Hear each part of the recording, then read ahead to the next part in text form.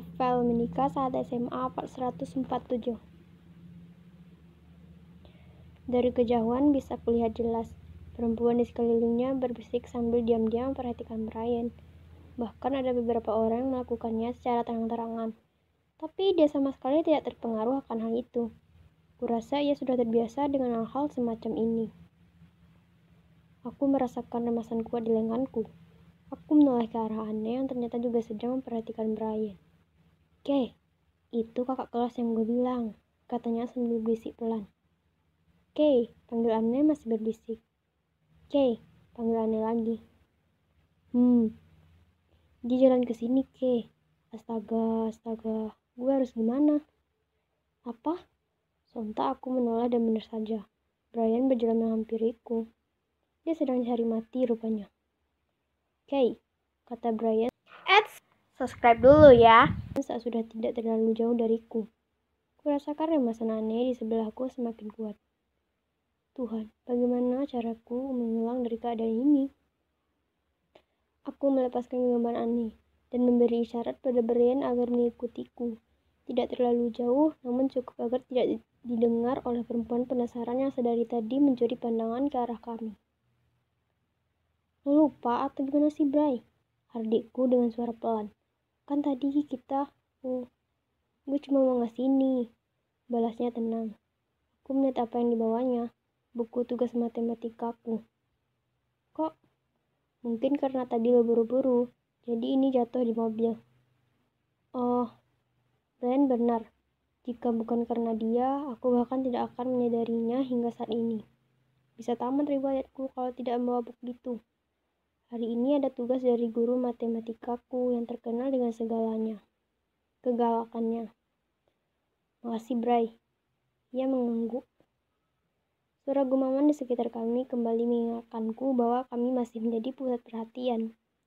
Sekilas kulihat Anne ikut bergabung dengan perempuan lain yang membicarakan aku dan Brian. "Lain kali lo SMS pelain gue aja," pesanku. "Lo punya kan? Daripada nyamperin gue ke kelas kayak gini." "Ada yang salah? Lo gak sadar apa? Dari tadi lo dilihatin." Ia menyandikan bahu dengan cuek. Rasanya ingin kupukul kepala orang sombong satu ini. Kesepakatan kita masih berlaku, Bray. Kalau misal nanti ada yang tanya, bilang aja kita kenal karena nyokap kita temenan. Udah. Setelah melihat Brian mengangguk mengerti, aku pergi menjauhinya. Entah apa yang akan terjadi setelah ini. Skip. Mengapa gosip selalu menyebar begitu cepat di lingkungan sekolah? Baru saja aku memasuki kelas setelah diinterogasi oleh Anne. Beberapa anak perempuan segala mendekatiku. Not my Scarfield. "Hai Kiara," sapa salah satu dari mereka sambil tersenyum manis. "Halah. Lo udah tahu nggak kalau ada anak kelas 3 yang pindah ke sekolah kita?" "Nggak, gue nggak tahu dan nggak mau tahu." "Udah." Jadi yang terlihat tidak sabaran langsung buka suara. "Dia siapa lo?"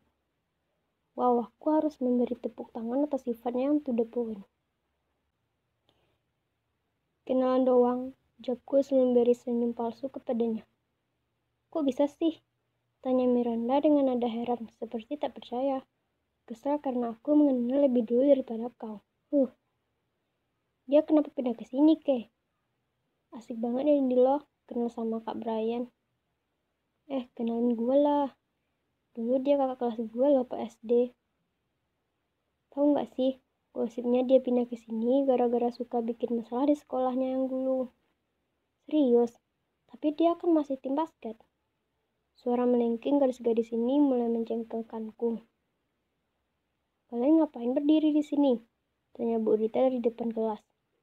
Membuat suasana langsung hening seketika. "Kalau masih mau berbicara, lebih baik keluar saja. Tidak usah ikut pelajaran saya."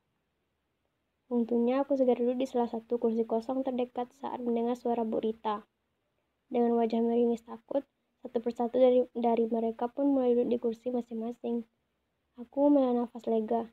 Jika tadi beliau tidak datang, mungkin aku sudah meledak di hadapan perempuan-perempuan itu. Sungguh. Sekarang keluarkan buku tugas. Skip. Aku menatap dua manusia di depanku bergantian. Mereka berdua terlihat sibuk dengan makan masing-masing tanpa berbicara satu sama lain. Nih, keduanya menatap ke arahku. Kenapa? Tanya Aneh kemudian. Sejak kapan? Kalian? Racaku tak jelas. Sejak dahulu kala, jawab Aneh sembarangan. Sementara adik di sebelahnya tersenyum geli. Iya, adik aneh kan? Hari ini saat istirahat seperti biasa, aku dan Aneh pergi ke kantin. Tapi di saat aku dan Aneh akan duduk di meja kami, adik datang entah dari mana dan duduk begitu saja. Sementara aku kebingungan. Aneh tersenyum seperti itu adalah hal yang memang biasa kami lakukan. Apa hanya aku yang tidak tahu apa-apa di sini? Gue serius kali, tanya aku lagi. Jadi, Aneh mulai berbicara setelah ia menyelesaikan makanannya. Gue minta tolong ke Adit. Dia minta tolong gue, ulang Adit sambil mengangguk dengan wajah yang dibuat sok serius. Buat nyari informasi tentang Kak Brian, sambung Aneh. Buat nyari informasi tentang anak baru, ulang Adit lagi. Hah? Tanpa sadar aku bertanya sedikit lebih kencang. Iya, jawab Aneh dengan antusias. Habis lo pas gue tanya bilang kalau lo gak kenal-kenal banget sama Kak Brian. Jadi gue minta tolong aja ke Kak Adit yang kebetulan sekelas sama Kak Brian. Tapi aku malah nafas frustasi. Ya ampun, buat apa coba Nih? Lo kurang kerjaan tahu gak? Ya gak apa-apa lah, jawab Aneh dengan mata berbinar. Aku geleng-geleng kepala melihat sikap Aneh. Semingguan ini aku disibukkan dengan Brian. Aku terlalu parnoan jika ada yang mengetahui rahasia kami, sehingga membuatku menjadi gelisah. Terkadang aku jadi tidak bisa fokus saat pelajaran. Mungkin itu juga yang membuatku tidak menyadari Aneh kadang tidak mendatangiku saat istirahat ataupun pulang sekolah. Ternyata ini yang dilakukannya. 1. Tuh kan lengkap banget. Oke, gak nyangka Kak Adit jago banget nyari taunya. Apa Aneh?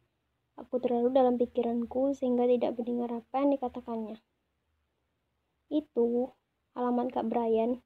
Padahal lo udah tahu juga kan? Tahu lo belum atau lo belum tahu? Alamatnya? Lo dapat dari mana? Aku mengerutkan alisku. Dari Kak Adit. Jawabnya sambil menunjuk Adit di sebelahnya yang sedari tadi hanya dia mendengarkan kami berdua. Terus nih, lo masih ingat kan sama Mikesha yang model itu? Ternyata kakak tirinya Brian.